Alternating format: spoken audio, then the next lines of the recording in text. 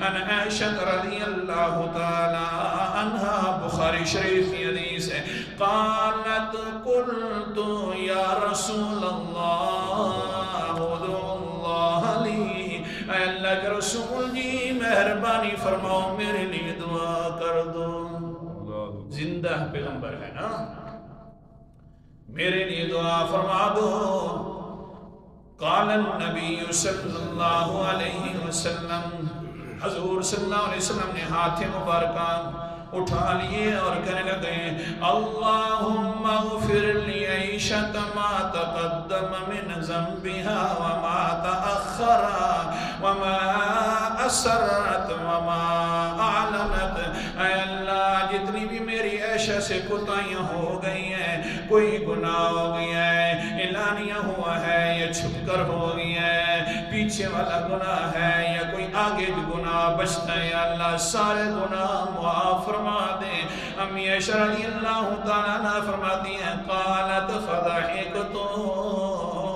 حتی سقط رأسی فی حجر رسول اللہ صلی اللہ علیہ وسلم فرمانے لگ گئی بس جو میں نے یہ پیغمبر کی دعا سنی تو میں اتنی خوش ہو گئی ہنسنا لگ گئی میں ہنسنے لگ گئی اتنی ہنسنے لگ گئی کہ میرا سر مبارک خوشی سے پیغمبر کی گود میں لگ گیا جھک گئی قال النبی صلی اللہ علیہ وسلم ایسرک یا عائشہ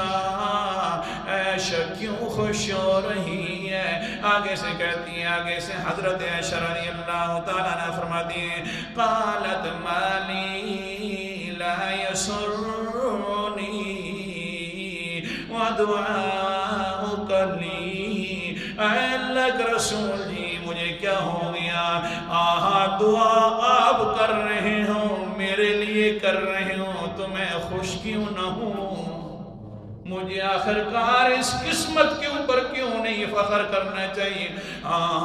یہ قسمت اگر پتھروں کو بھی مل جائے تو وہ بھی فخر کیا کرتے ہیں ابو جہل مٹھی کے اندر پتھر لے کر کنکریاں لے کر آ جاتا ہے اور کہتا ہے کہ اس کے اندر گئے تو آپ دعا فرماتے ہیں اور کہتے ہیں اللہ جی مجھے تو پتہ نہیں ہے خود ان کنکریوں کو بلوا دیں وہ بھی جھوم جھوم جاتے ہیں اور لا الہ الا اللہ پڑھنا شروع کر دیتے ہیں میرا پیغمبر پتھروں کی یہ حال ہے تو پھر عائشہ کو کیا ہو گیا کہ یہ حال نہ ہو جی وہ جھوم جاتے ہیں تو میں کیسے نہ ہوں یہ اس طرح خوش ہوں قال النبی صلی اللہ علیہ وسلم واللہ انہا لدعوتی لأمت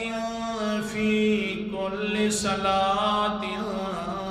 حضرت محمد مصطفیٰ صلی اللہ علیہ وسلم فرماتے ہیں مجھے اللہ تعالیٰ کی قسم ہے شاہ